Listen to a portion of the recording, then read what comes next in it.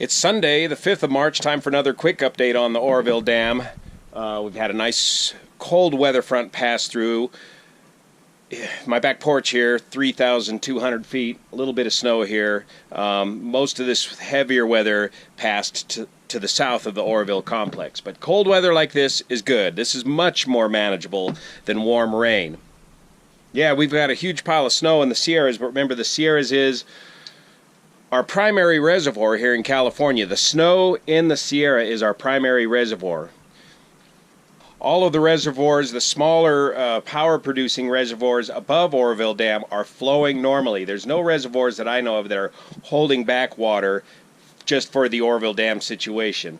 I think we can put that that rumor to rest, that those reservoirs and creek systems are flowing normally above the Oroville Reservoir. So the snow in the high country in the spring, as temperatures warm, is a very manageable event. They do it every year. Now, whether the 14,000 CFS from the emergency spillway alone can handle this runoff this year is probably unlikely. Looking at the numbers and comparing notes, it looks like they're probably going to have to use that main spillway periodically, if not quite a bit, during this spring runoff. But we're not anticipating at this time a massive spring runoff like so many folks are saying out there on YouTube, warming temperatures and a flood in the spring. Again, the weather, you can only really realistically count on a 10-day forecast, 7-day forecast. Anything outside of 7 days is just a shot in the dark. So as long as we avoid the kind of weather that got us into this mess to begin with, the warm Pineapple Express rains that wash this snow suddenly downstream, the spring snow runoff should be a manageable event. Now let's talk a little bit more about what's going on at the reservoir.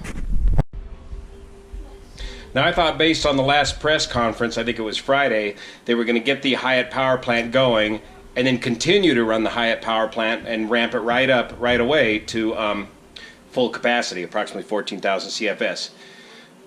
But since then, things have changed slightly, and they've decided that they would be better fit to stop the water flow out of the Hyatt power plant and continue to deepen the channel to ensure that that channel can fully handle the 14,000 CFS full flow from the Hyatt power plant. They've turned that water off for a couple of days now, and let's look at the numbers. They've turned the water, here it is, zero outflow. They've turned the water off. Any outflow from the main spillway or the Hyatt power plant is zero right now. And this is what we're carefully watching, is the reservoir elevation, even with this weather we've had recently, is up to 853 feet as of 11 o'clock today, Sunday, the 5th of March. Remember that knock it off number that they mentioned earlier? The arbitrary number is 860 feet, so they've got less than 7 feet to work with. So I think they're going to crank up this Hyatt power plant probably as early as tomorrow, Monday. Inflows are still varying, but hovering around the 20,000 CFS point. Again, that's more than the Hyatt power plant will be able to discharge. So we'll talk more about how they're going to throttle that main spillway in a second. River releases remain at 2,500 CFS into the Feather River. A little bit more rain has been encountered. Speaking of Feather River, let's talk about something that the San Francisco Chronicle reported on in a rather overly alarming way. Riverbanks collapse after Oroville Dam spillway shut off, from the San Francisco Chronicle. And the first thing they show is a picture of the main spillway and the canal we're trying to dig in, that they were trying to dig in the diversion pool. Well, what they're talking about, and folks on YouTube have just run wild with speculation on this and are completely off the mark.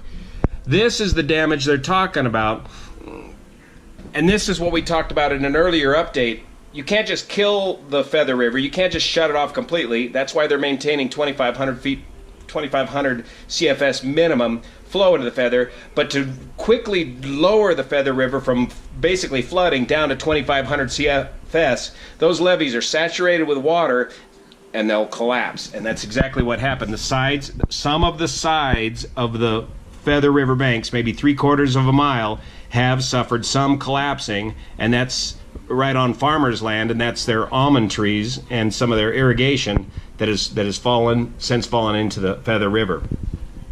Again, this is way downstream from the Thermalito Afterbay and way downstream of the whole Oroville situation. So this is not to be confused at all with what's going on in the immediate area of the Oroville Dam. This is downstream on the Feather River.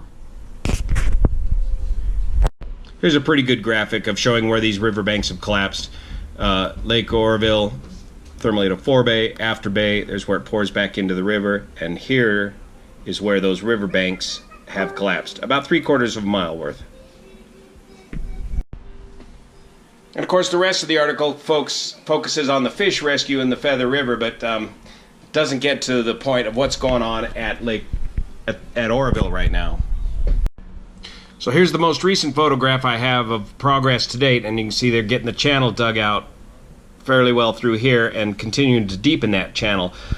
What I'm concerned about is, well, maybe Monday we'll have a better picture of what's going on right here. How much are they getting this area cleaned out so that if in the event they have to fire up the main spillway, this debris just doesn't blow all over the place and create another dam over here. So one of the tasks they're trying to do is get this area cleaned out. Maybe they'll just bring this whole debris pile back in an effort to keep this area clear, regardless of whether they run the water out of the Hyatt Power House or the main spillway. Once you get this water flowing from the Hyatt Power House, that should help work to keep this channel clean. The one thing water managers want to try to avoid is the yo-yo. That is getting water flowing out of the Hyatt Power Plant at 14,000 CFS and not being able to keep up with the inflows of water into the Oroville Reservoir, and subsequently having to turn on briefly the main spillway to lower the lake level.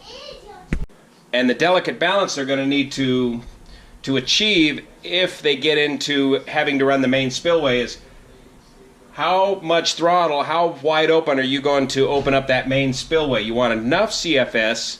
Talking to Kevin Dossie, he'd like to see about 40,000 CFS so that that water will fly off the edge of the busted spillway and down into the plunge pool and prevent head cutting of the main spillway. However, if you're blowing 40,000 CFS, what's that doing down to the debris field below? So that balance is to a balance, how much of a mess are you making down below? Ideally, of course, it would be to just continue to manage the water in Oroville Dam with the Hyatt Power Plant. But realistically, Mother Nature's still in the house, and hopefully we'll get more news from the DWR on Monday as to how they propose to manage this.